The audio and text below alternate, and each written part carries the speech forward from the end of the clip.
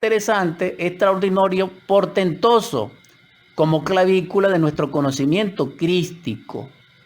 Si nosotros tenemos conocimiento crístico, somos cristianos. Somos cristianos porque tenemos conocimiento crístico, pero ese conocimiento crístico se realiza, se efectúa, se ejercita, es en la cruz. Por eso somos cristianos. Cuando nosotros conocemos al Cristo y trabajamos en la cruz, trabajamos con el fuego, trabajamos con lo real, trabajamos con el Cristo ígneo, con el Cristo en sustancia. Y eso nos convierte a nosotros en hombres iluminados. Un hombre iluminado posee santidad del ser, es decir, virtud absoluta, porque está purificado, porque se ha lavado con el fuego. Y esto es algo maravilloso. Si comprendemos esto, entonces estamos comprendiendo que dentro de nosotros hay oscuridad, hay error, hay defecto, hay yoes y hay desdicha. ¿Por qué? Porque estamos a tientas en la vida, porque no sabemos a dónde vamos, sino que somos como el viento que arrecia y que se lleva la hojarasca. O somos como el tronco en la tormenta o el bote que se extravía sobre las aguas. Porque no tenemos un norte, no tenemos un rumbo, no tenemos unas coordenadas. Ahora bien, ¿cuáles son nuestras coordenadas? El Cristo íntimo. ¿Cuál es nuestro puerto de bienaventuranza, de gloria? Nuestro Padre. Pero nos lleva nuestro Cristo íntimo ante nuestro Padre. Pero ante nuestro Cristo íntimo nos lleva nuestra Madre. Esto es algo incontrovertible, es exacto. Ahora bien, si podemos medir la ignorancia dentro de nosotros, necesitamos un escenario. Y ese escenario es la vida misma, con sus aconteceres, con sus sucesos, con la convivencia en el mundo relacional. Entonces, ¿cómo comienza este trabajo de la iluminación? Es decir, del despertar de la conciencia, de estar consciente, de salir del estado de inconsciencia, de sopor y de hipnosis colectiva individual en que nos encontramos. ¿Cómo lo logramos?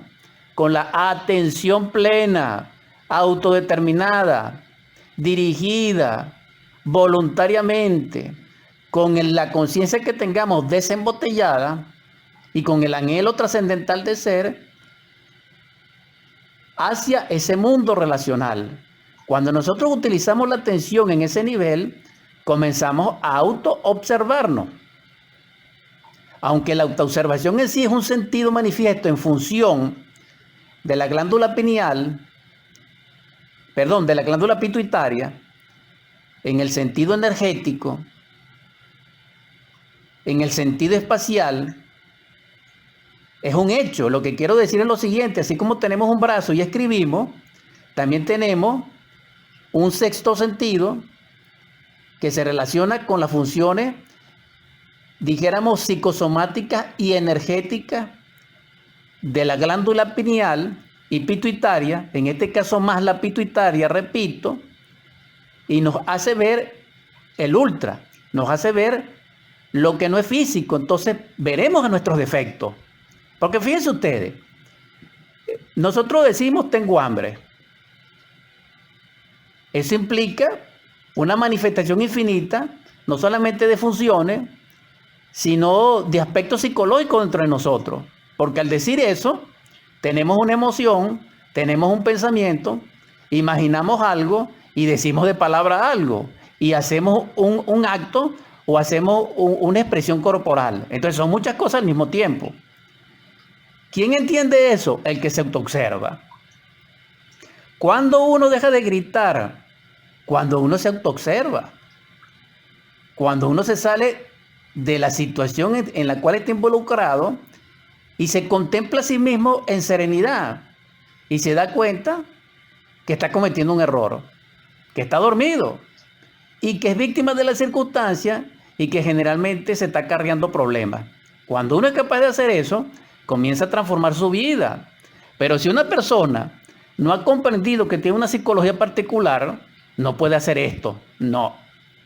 Si una persona vive del que dirán, no puede hacer esto.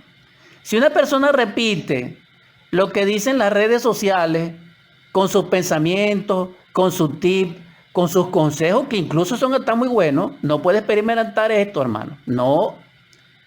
Aquella persona que él dice lo que los demás dicen, no puede experimentar esto, no.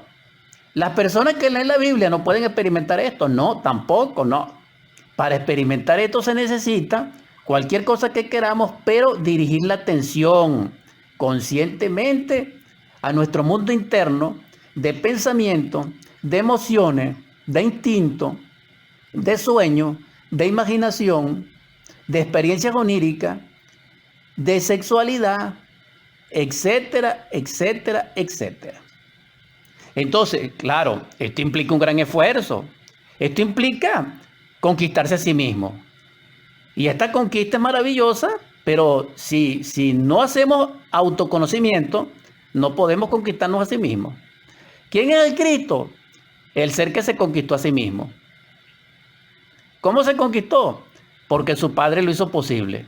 Porque aquel que piensa que el Cristo vino completo, perfecto, se equivoca. Porque el Cristo primero vino como un bebé. Por eso es que en los evangelios se habla del Cristo de una forma distinta. Es decir, en Mateo vislumbra el Cristo como no lo hace Marco. Marco vislumbra el Cristo como no lo hace Lucas. Y Lucas visiona el Cristo y lo describe como no lo hace Juan. Entonces tenemos 4 visiones del Cristo, que es el mismo Cristo. Pero una cosa es el Cristo y una cosa es la persona donde se encarnó el Cristo. Esto es distinto, hermano. Vamos a hacer esa diferencia aquí. Entonces pregunto, más o menos, en forma metafórica, si el Cristo deviene perfecto, autorrealizado totalmente, ¿por qué tiene que nacer en un niño, pues? ¿Por qué no se expresa con su señorío y su poder totalmente? ¿Por qué tiene que padecer ante los escribas, ante Judas, Pilatos y Caifás? ¿Por qué? ¿Por qué tiene que comer? ¿Por qué tiene que aprender a hablar? Porque si es una manifestación divina, ¿por qué necesita un cuerpo? A ver.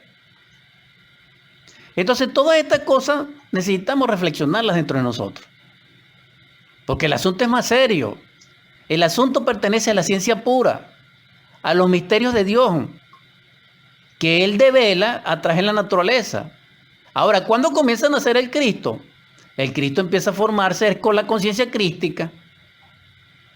Porque aquel también que piensa que va a lograr el Cristo dentro de sí mismo creyendo, también está equivocado.